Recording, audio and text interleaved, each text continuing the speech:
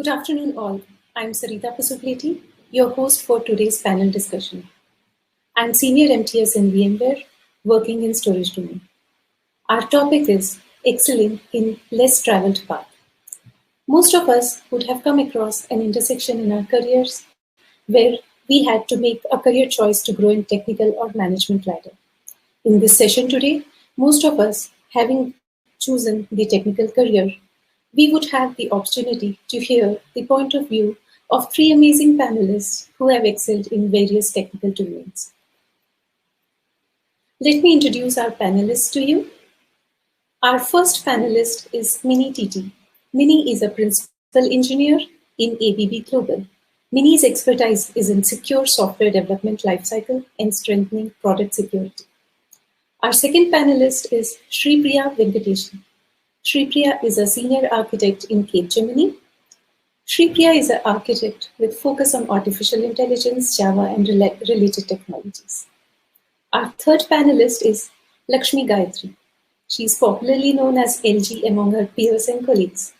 Lakshmi is a software architect, staff to engineer at VMware. She is a subject matter expert in cloud native, and she's a go-to person for modern application technologies like Kubernetes.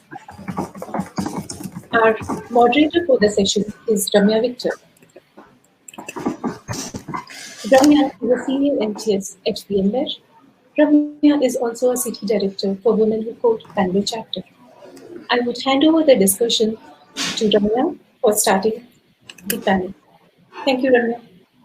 Thank you, Sarita. Thanks a lot for this warm welcome. So good afternoon, all. So my name is Ramya Victor. So I'll be the moderator today for this panel.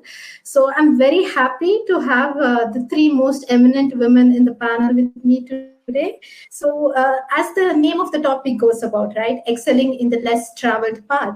So today we are going to talk with some of the eminent women over here on how they excelled in this less traveled part in their technical ladder, and what are the hurdles they saw in their life, how they overcome it, and what are the key takeaways that they have to give for our audience who aspire to be a principal engineer or a senior architect or a fellow one day and maybe prosper much more like our panelists.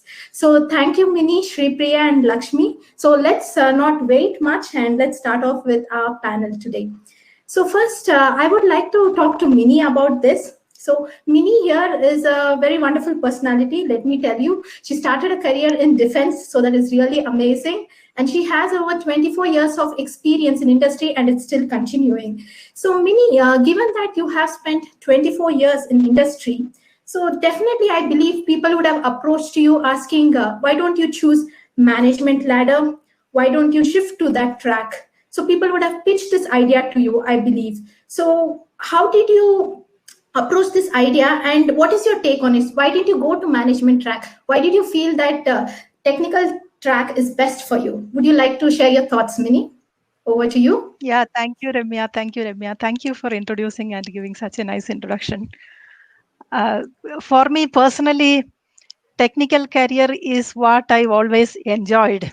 And it is so obvious for me that technical career is what I enjoy. And once I know it so well, is my audio and video clear for you? Yeah, we can hear you. Mini, you can continue. Yeah. Okay. It was so well and clear for me that technical career is what is cut out for me. And there was no question about it from very early stage itself. Like if I think of my first job, defense, there we were making systems, we were making artillery control systems and fire control system, where it is really a hard real-time system where the timing and the performance engineering is so much important that you get so deep into technology. And that stayed with me. That is the reason that I'm still continuing in the technical ladder. And shifting to management, that option is always there. Even today, that option is there. If I want to shift to management, I can always shift to management. And the skills for it also is there. It's not that I don't have the skills for management. That's why I'm not picking it up. But the technical career path, I'm there because there is a happiness of problem solving. And it is so clear that the joy of problem solving, the analysis, study, the exploring, and getting into new areas, it's all so much of happiness giving, and it gives so much joy. That's why I'm staying with that career path. And now also, as I mentioned, if I want to stay and move to management career, there's nothing that stops me. And I have Sure. always picked up management and leadership skills. Like if you have to do project management or lead a team or set up a team, like along the way, I have done that too. It's not that I have never done a management related task in my technical career. Along the way, I have Sure. done that too.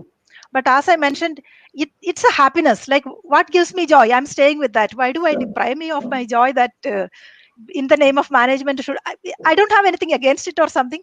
Management is also equally attractive, but then my personality is more cut out for doing technical job, Definitely. like analyzing, Definitely. problem solving. Yeah, That's yeah, why we I'm get there. it.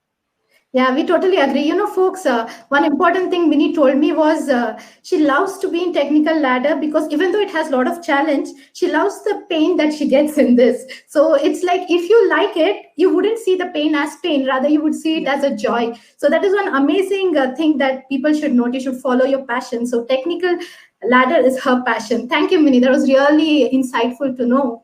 So let's move on to Shri Priya. So, folks, I did miss out one point. Minnie is our principal engineer from ABB. So that is one important information which I missed. My bad. So Shri Priya. Thank So you. Shri Priya is a wonderful person. She's a senior architect from Capgemini. And if you go to her LinkedIn profile, there are amazing articles about she talks how she is an AI champion, and there are wonderful latest articles on AI. So given the fact, Shri Priya, that your career is spawned over 18 years and now also continuing, so you must have come across this situation, right? You usually, we often see that this is not a generic statement, but most of the women, they kind of are hesitant to take up this technical ladder. Like they fear that, you know, if I choose technical ladder and I try to be a principal engineer or a fellow or an architect, there'll be a lot of pressure on me. I will have too much work. How will I balance my personal life? How will I handle all this? So it's better I don't choose this technical ladder. I would rather opt for the management ladder. So I want to make clear that management ladder also has a lot of risk, but somehow there is this wrong perception, right? That women feel technical ladder is very risky. So what are your thoughts about it, Shri Priya? Could you share your thoughts? Sure. Sure. Firstly, Ramya, thank you for having me on this panel. Great to be here. And I think there are two parts to that question. One, there's a general perception that girls and women aren't very good with STEM. And it's just something that we've heard so often that it's ingrained in us. And it's so not true. You know, being a good technologist or a good technical architect is completely up to you. Gender has no role there. Secondly, when I started working, and even today at the entry level, you'll see a very healthy mix of male and female software engineers. But over the years, the numbers really get skewed. And a lot of women, they opt out of the technical stream for the exact reason that you posed. But then I go back to the answer that Minnie gave. If you are technically inclined, learning technology, being updated will be a joy. It will not feel like a chore. So you should go for it. In fact, I remember a funny incident that happened, a few years ago. I was meeting a group of senior colleagues for a technical discussion. And the minute I walked into the room, someone looked at me and said, "Hey, why is HR here?" He had never met a female technical architect before me. And, they also, after knowing that I was a techie, encouraged me to continue this path. So it's up to all of us to break those stereotypes. There are a lot of myths around us, but it's absolutely doable. So Shri Priya, as I said, right, in terms of personal management, so folks, Shri Priya has a small kid who's just 3 years old. So how do you manage it, Shri Priya? You might be having meetings at late night and all that. How do you manage it? Like, because that is one important thing, right? A lot of pressure being a senior architect. Mm-hmm. Absolutely. And particularly with, COVID times, we are all working from home. It's hard for kids as well. But, Touchwood, I've been really lucky. I have fantastic support, both from my colleagues who understand. My daughter sometimes joins in video calls, and my colleagues, meet her. And, even at home, I have fantastic family support. And also you have to learn how to multitask. Sometimes, balance it out, prioritize. So, and that's something that I've learned over the years and still learning, but that really helps. Yeah, that's true. So I understand that asking for help is important, right? You ask for Absolutely. help, you get it. That's very nice, Shripriya. So on that note, right, similar on ask for help, I would like to move on to my close friend LG. So her name is Lakshmi Gayatri. It's very much used to calling her as LG. So I would use the same notion here. So LG has over 17 years of experience in IT industry, and she's our software quality architect at VMware.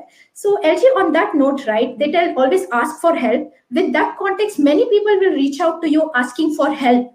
Given the fact that you're a software quality architect, you should at times tell, no, sorry, I'm busy, I cannot address you. So I have other important priority tasks, right? So this art of saying no is very important. You should not hurt other one, yet you should be approachable. Also, the fact that you're a woman, people should not pursue as arrogant because she's telling no. She's the center point of all knowledge, so she's saying no. So there are multiple factors associated with it. So how do you handle the art of saying no at your level of being a software quality architect? Would you share some thoughts, LG?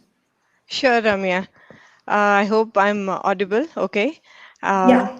Yeah, it's very hard to say no. At least I get a tingling feeling, and I feel anxious when I'll have to say no to somebody. But at the end of the day, we should do the right thing. Everything has to get aligned to the big picture, and the decisions have to be made based on the data and the brainstorming what we do.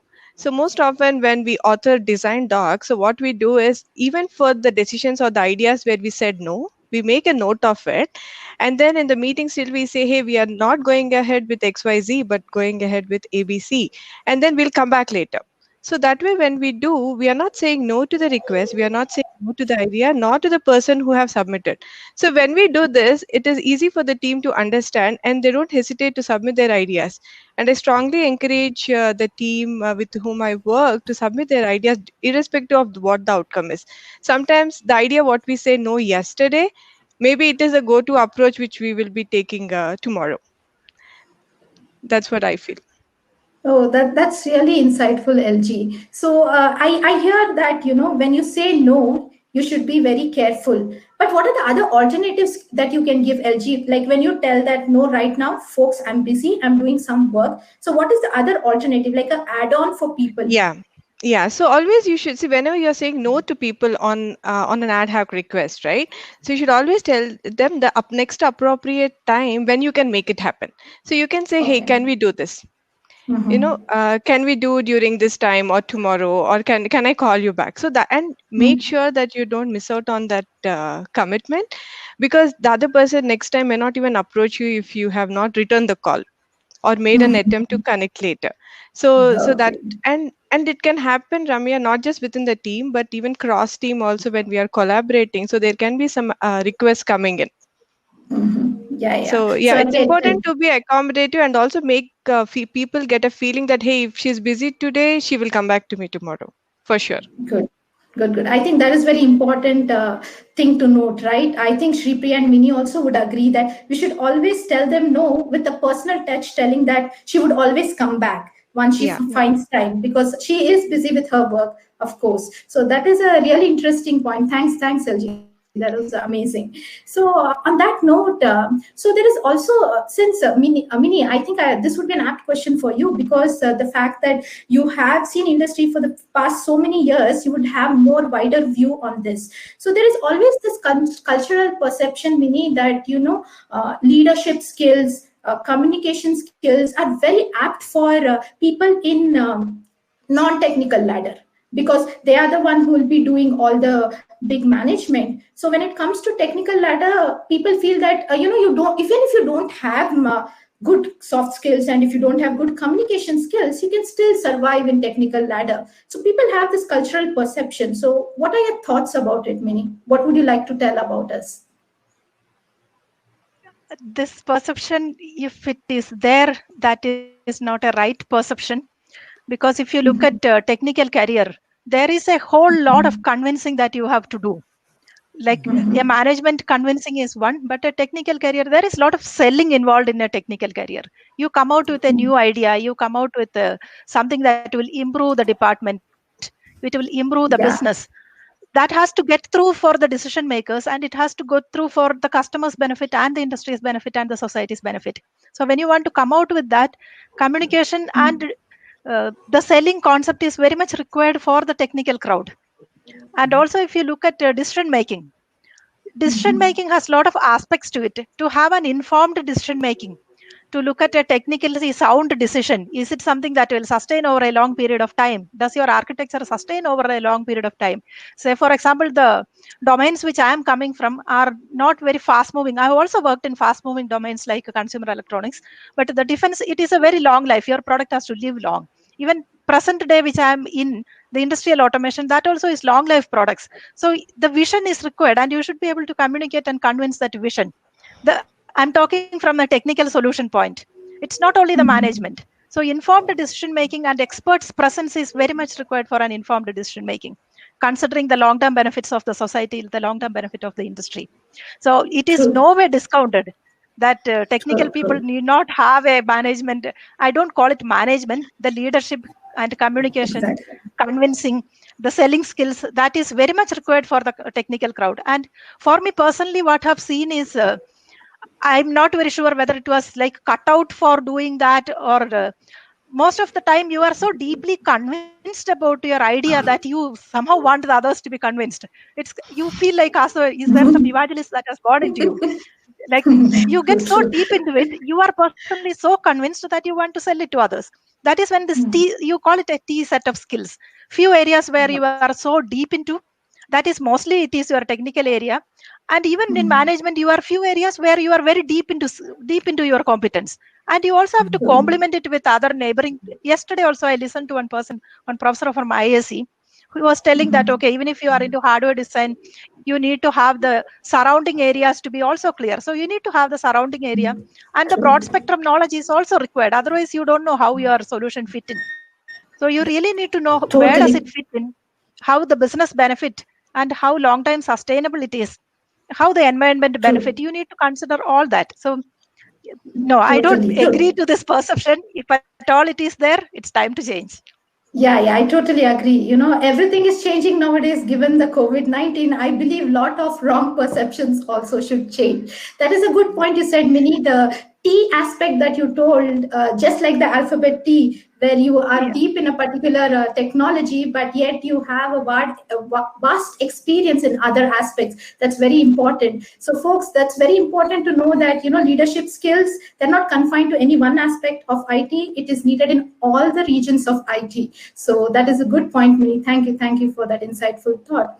So Shripriya, now I would like to actually ask two questions to you. First is, women always have this need for approval, right? And they always feel that I can do it provided someone tells me that, yeah. So I am feeling that I can do it provided someone comes and tell me, hey Ramya, you can do it, man, go try for it. So when they tell that, I feel pumped up. I was like, okay, I can do it. So women always have this need for approval. We suffer from this imposter syndrome. So it might be applicable for men also, but since we are talking about women, what do you think about it, Shripriya? I mean, what are your thoughts? Have you come across such experience in your personal life? So I certainly had that early in my career. So I think it's also very cultural for us. And at least for me personally, it was also because I mostly worked in teams with very few females. So there would hardly be one or two female colleagues, and many of them were not technical. So I would always look up to my, male colleagues and seniors to tell me if I was in the right direction, like a validation of my thought process. But then, I've been really, really fortunate, particularly in my formative years. I've had some very supportive colleagues, and they would always tell me that, they believed I was the subject matter expert, and they would always wonder why I was reaching out to them to, confirm my understanding. In fact, when I moved to USA, it was a new culture, new way of working, new accent. And this was, almost a decade ago.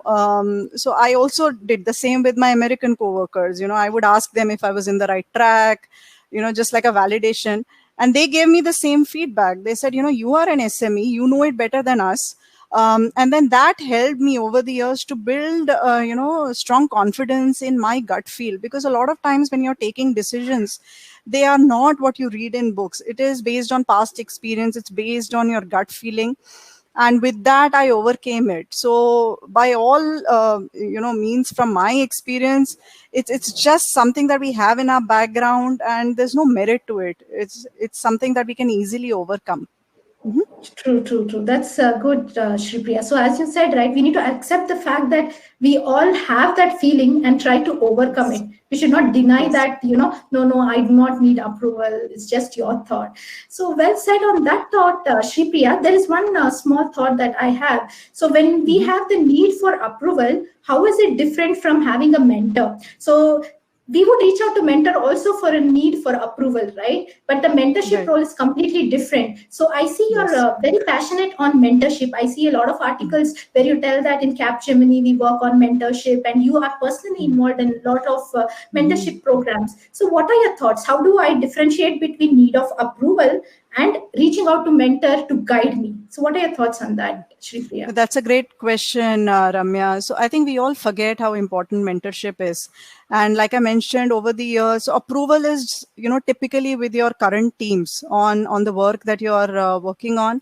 And mentorship is a little more broader, wherein, it's more holistic. You're trying to understand multiple facets of how you work in the industry and overcoming a lot of barriers. So I've been fortunate to have been involved, even in my past companies and the current one, where I have been mentored both formally and informally. And like you mentioned, at Capgemini, we have an initiative called Women in Delivery, where we focus on encouraging women to take up technical leadership roles, whatever works for them. And the good part about mentorship programs, and I've seen this across multiple companies, is they're not just policies on paper. There's a lot of work that happens on the ground.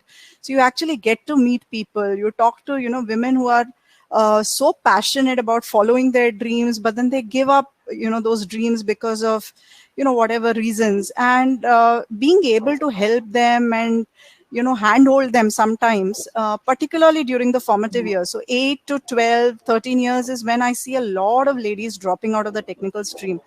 Family pressure, a lot of other reasons. They're not able to multitask. They're not able to find a work-life balance.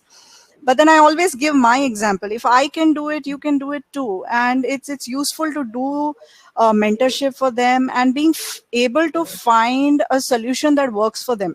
There's no one size that fits all. So for example, what may work for me may not work for somebody else. Some people like to talk. Some are more, back end. They like to play, a more backstage kind of a role. Some people are better at delivery. Some are better at solutioning. So which is, what I would encourage all the listeners to do, go with what you aspire to do and follow that path. There's no one solution that will fit all.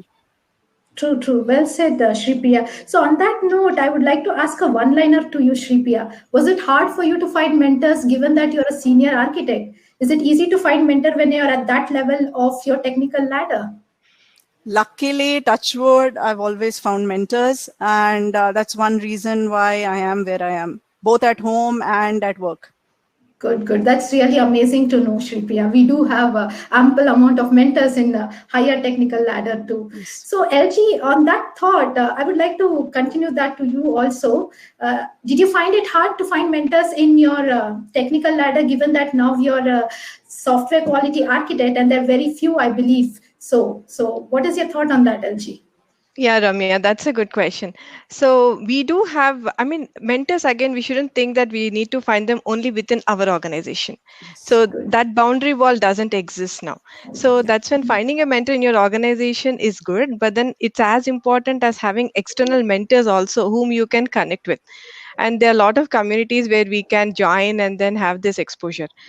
Having a right mentor is very important because they give you a broader 360 degrees perspective of the problem, and maybe you are looking at a lens which is your lens, and that's not what that is not what industry wants. Sure, So sure. yeah. That was good, LG. So on that note, LG, because I have been following you from quite some time, I know you have done amazing work in terms of venturing into GHCI, Zeno. So folks, LG is a chair in one of the GHCI track, and she has conducted a conference for Zeno where there was 1,000+ people online. And she's very active in multiple Kubernetes forum. That is one of the things that she works on. Like Shripriya works on AI, and Mini works on deep electronic subjects. Like that, LG works on Kubernetes. So LG, how do you find time to do all these additional extra things, given the fact that you are a software quality architect? Many people will reach out to you, like how Mini told, you will have to get your stakeholders using your communication skills, and like how Shripriya told, you have to manage your personal things also. So Yeah. how do you get time to do all these things along with your day-to-day work being an architect? Okay, so there is answer embedded in your question. So when you said, so as you have said, right, that containers and Kubernetes, whatever is doing. So containers concept is like box everything into one. So even the task, whatever we want to do, we need to time box them. We need to know exactly how much time the task is going to take. So we should just put a label on it saying that, okay, this task, whatever I'm doing, maybe GHCI or Women Who Code or Zinna, it's going to take like 2 hours in a week or something. And then stick to that box. And most importantly, for any projects or whatever we are working, the needle has to keep moving. An issue in project one cannot have any ripple impact on other projects. So that is how you isolate these boundaries of the projects, and out of passion, whatever you want to do, that, see, time is currency, right? You all agree to that. And you need to be very smart in order to know where you want to invest your time. While learning is important, it's also important to give back to the community. Like through Men Who Code platform, through Zin now, through Gracehopper, what we are doing is we are providing a platform to give back whatever we have learned in the form of like webinars, presentations, and workshops. Okay, that's good. So LG, just maybe it might be a descriptive question. So would you anytime give up contributing in other forums and rather choose taking up a course and upskilling yourself? So do you think that attending all this has given you something more than upskilling yourself? That's a very good question, Ramya. I ask this question every time whenever I'm doing something. As I said, right, this is an investment what you want to make. So the investment what you make on a particular item also depends on multiple factors, and it's important for us to keep our axe sharp. So in the sense, like our skills, whatever we have yesterday, they may not be relevant today. So it's very important that we have a right balance between upskilling ourselves and also be deliver on promise. And we should never think that the learning is the last thing which I'll do, and then I keep going, I just keep executing. That's not going to help. So there is a small story also you can look up on the internet. So it's very important that, you know, the axe what we use has to be sharp, and the sharpening has to be done every day. Oh, that's very well said, LG. I think that's a very important key takeaway, folks. I think I'm in love with the alphabet T because Mini also told about T, and LG is also talking a lot about T, and I believe Shripriya also will use T somewhere down the line. So that's a very nice, interesting fact. So I'm really feeling very happy, to talk all about these things and get to know a lot of insights. I hope the audience also feel the same. So on that note, right, Mini, given the fact that you have worked in defense, you have worked in multiple companies, so there might be multiple phases in your career where you would have felt that this is the best point in my career. So do you want to share some of those key highlights in your career as an architect? Yeah, it's a very tricky question, but then for me, every day I think that this is the best day of my life. But even right now, I'm thinking probably this is the best time that I can have in this whole Corona time or the lockdown time. Okay, then jokes apart, to come to the truth, I Yeah. believe the biggest impact that had on me was my first job. The reason is it had given me a lot of exposure to understand the system. Like it is not a one technology or something that I was bound to. Like how this electrical design, mechanical design, the electronics, software, everything come together as a system. And then how is it all things together contribute to making a productive and a useful product. That is what I have learned in my first job, and that had a very heavy impact on me, and that has stayed with me. even when I have moved career and moved jobs.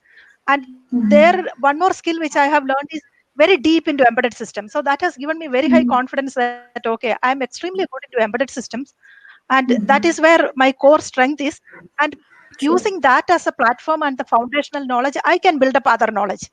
That was something which I was very clear at that time, and which has proven true also over a period of time. If you look at a while ago, I was into augmented reality, and that was coming so natural into me because I was very good into embedded hardware, how performance work, how audio video playback will work. So once you know that this augmented reality is a mix and match, and how do you create an output which is productive in a different domain. And similarly, when I moved into cybersecurity, right now I'm more deep into cybersecurity. There also, like there was something which is deep within me, which is one is a very liking for numbers. That is something there with me.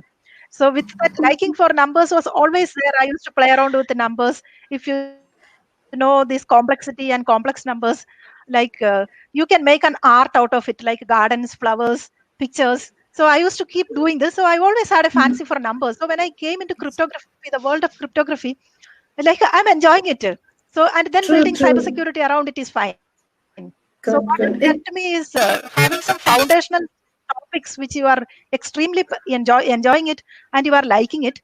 Then okay, you do whatever you want, play around with it. Like sometimes I say that okay, yeah, like being girls forum here, if you have a nice hair, why you can style it however you want. Like if you want to put flowers, you put it. If you want to clip it up, you do it. Like you do however you want to have nice hair. So build your foundation, then you can do whatever you want. That's wonderful, Mini. I mean, the foundation is very important, right? Over that, you can do whatever you want, make it how much ever fancy you want. That's a good thought, Mini. Thank you. So, Shri Priya, on the similar lines, right? Do you want to share some of the key important points in your career as a senior architect that you feel our audience will be motivated to hear about? Sure, Ramya. So I think a big pivotal part of my career was when I moved to USA. And I think you have to, keep in mind that things a decade ago were very different in India in software industry. Today, you have so many, service-based companies, product-oriented companies doing such niche cutting-edge work in India. Also, you see a fantastic startup ecosystem today. A lot of that wasn't there back then. So when I moved abroad, I was exposed to a lot of those facets that wasn't possible in India, at least back at that time. So I met people from different countries. I worked in multiple countries, multiple cities. I changed domains. So for instance, I worked in a finance, based securities bank. And then, I also moved to an automotive plant.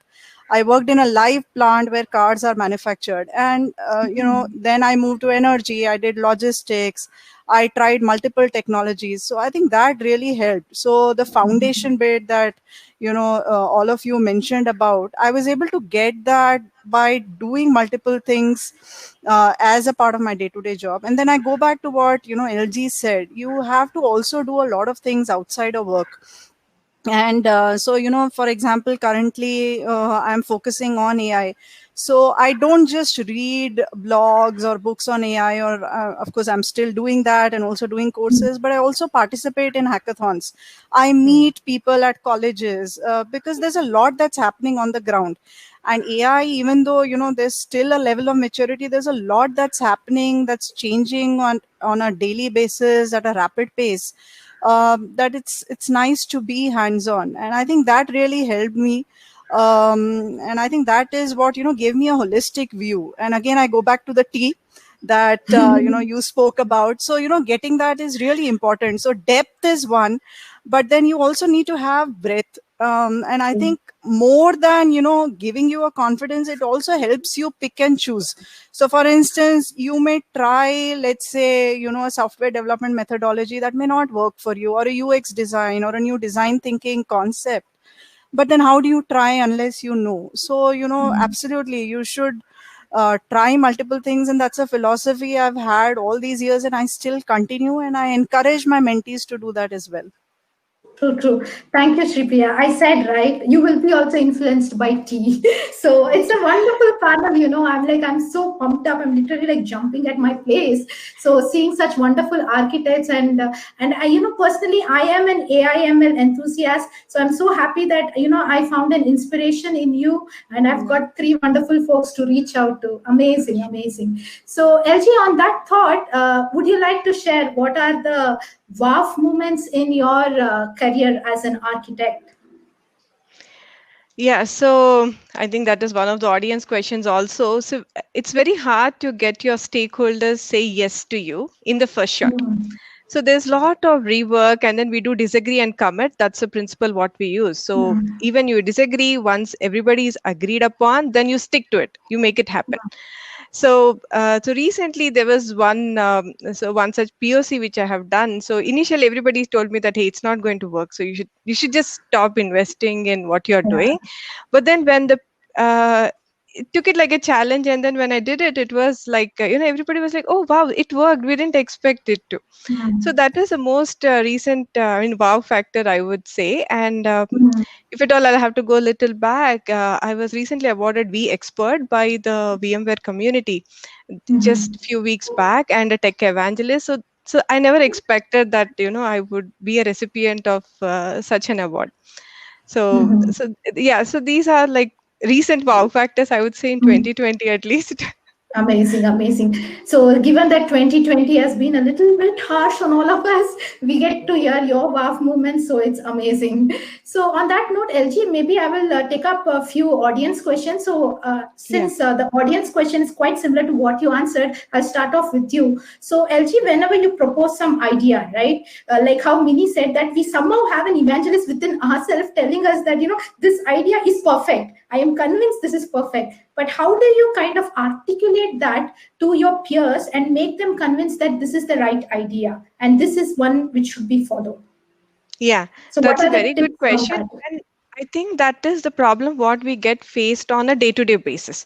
So that's when so what we do is usually when like when we document it, we even before the meeting, when the actual meeting you'll have to pass on some decisions, we do some meetings with smaller groups. At least what I do is I just the stakeholders, I don't meet them in one shot on a single meeting, but then have smaller groups much before. I mean, plan ahead so that you have enough time to understand. And most often in smaller groups you get better inputs than people opening up in a meeting of like 30 plus folks or something. So we need to understand like, what inputs they are giving, respond, don't react, listen carefully, note down the points, and then try to evaluate them. So just say that I'll come back later on this, I need some time. So do proper homework, and then once you come back to them saying that, hey, I did this research and this is what I found out, saying that this works or cannot work, then it is easy for stakeholders to to get bought into what you think. And that way they also think that you are they like a leader. So you're not dictating terms, but then you're with them. So once anybody gets a feeling that you're with them, it's very easy, and then it is like a free flow, naturally, like how water flows towards lower places. The flow of meetings also happen very easily. Amazing, and amazing. Sometimes I just want to correlate, like it's easy to say no to your team members or or people who have lesser experience than you, but it's very hard to say no to a very senior person. So when you will have to say that, you will have to have good data backing you. So start with the data and then tell the outcome. Good, good. I think that's very important, right? Listening is very important. Don't react. That is one thing. And the other thing is always have your statistics backed up with what you're telling, right? That is very important. True, true. So Shripriya, we have one question for you from audience. So it goes like this. I'll be reading out from the chat. So striking a balance in the technical career path is challenging. How do you also evolve with the changing technology? So I'll give you my perspective. I started coding on JDK2 Java. Okay. And today you have Java version 14 coming up. So that has been my journey. I started with Pascal and C++, and I'm currently doing AI. So it's absolutely possible. The only thing that you need is an open mind. Okay. The minute you stop learning, that's the end of it. So as long as you're willing to learn, as long as you're open to learn and sometimes also unlearn. Because what worked 10, 15, 20 years ago cannot work today. Back then we had releases once in a quarter, once in 6 months. Today there are product companies that release software every 3 minutes. So the way we do software has changed. Our software technologies have evolved. And the only thing that has kept me going is my ability to be willing to learn. And I think as long as you have that, everything else can be managed. You can find blogs to learn. You can find people to help you. You can find sometimes youngsters to teach you. But all that you need is an open mind.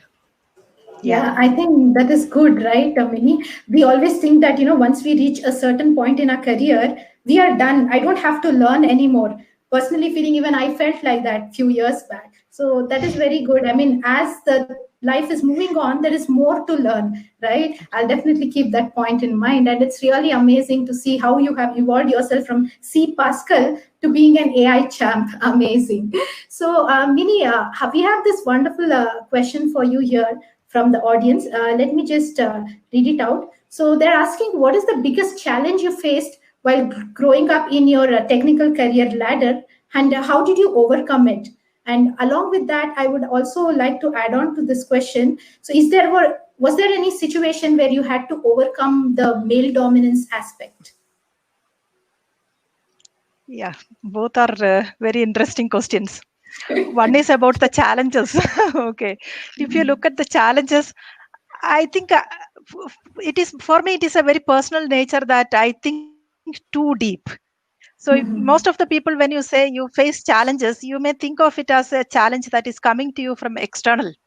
But for me, it is an internal is a bigger challenge than the external. So the thought process and the emotions that you get so overexcited and you get too deep that there were times where I would have kept some tea on stove and it is boiling off and I'm not even noticing, and when I'm standing in front of that and someone has to come and tell me what unsafe behavior you are doing. Okay, those kind of things have happened. So the challenge is like it's more internal than the external. Like you may be thinking that external is the challenge, but one more thing which I have seen is when I'm so passionate about doing something and when I'm so much deep into it, no one wants to discourage me. Everyone wants to support. It is not that family or even colleagues, when you say male dominated or female dominated, whatever be your colleagues, they want to sustain your happiness and get result out of it. It is not that they want to discourage you, telling don't be over enthusiastic. But at the same time, you get advice that, okay, don't stay awake so late. You have a family. Okay. Yeah, and I'm not saving away because I have so much of a pressure to deliver. That's not the reason. Like you want to understand something. That is why you are staying awake. True. And this is a challenge. Like so, sometimes it can eat up into your the intermingling that happens between your personal space, family space, and your office space. It's not forced on you, but you are putting yourself into it.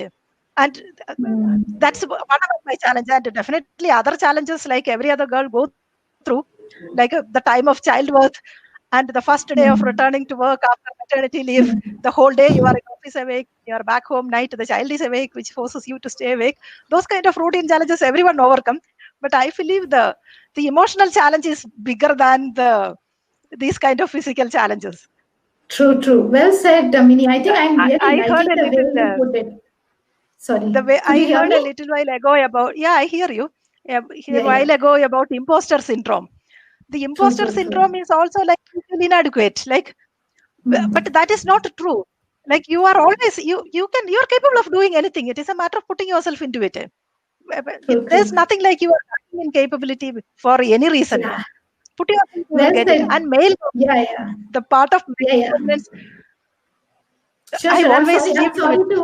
I'm sorry to break you, Mini. I totally get it, because we just want to close this panel on the 3 important key takeaways. Yeah. So I'm really sorry to break you, Mini. I know we are so eager to listen more stories about all your experience, but I really agree with you. The internal blocker is very important to overcome, folks, not the external one. So I'll just ask the 3 key takeaways you want to give to our audience, very crisp and precise, like 1, 2, 3. So from each of the panelists. So Shri Priya, would you like to give the 3 key takeaways?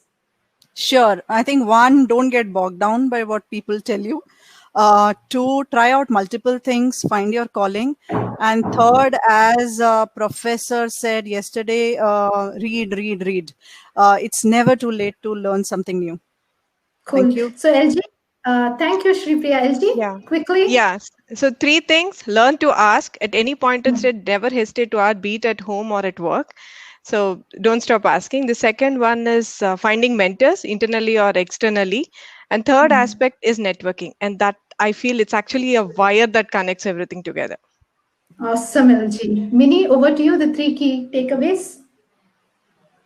One, I would say be confident. Don't talk yourself out of what you want to do with too much of internal self dialogues, but put yourself into it and put all your best. Become useful and happily successful. Amazing. Like I have really mean so happily. many.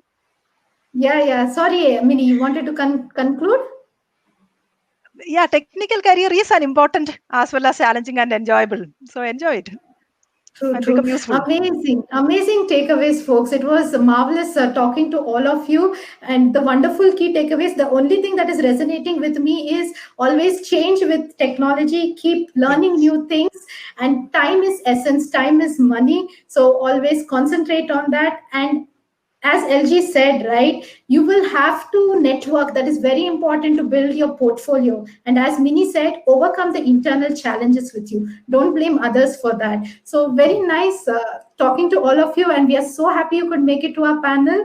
So folks, feel free to chat with them in the chat window offline. So amazing. Thanks, folks. Thanks for joining to us. Thank you, Ramya. That was wonderful moderation. Thank you. So over to you, Sarita, to conclude. Yeah. Thank you, Ramya, for moderating the discussion so energetically and for asking very insightful questions. And Ramya and I would like to thank our amazing panelists, Minnie, Shripriya, and Lakshmi, for participating in this discussion and sharing their experiences. So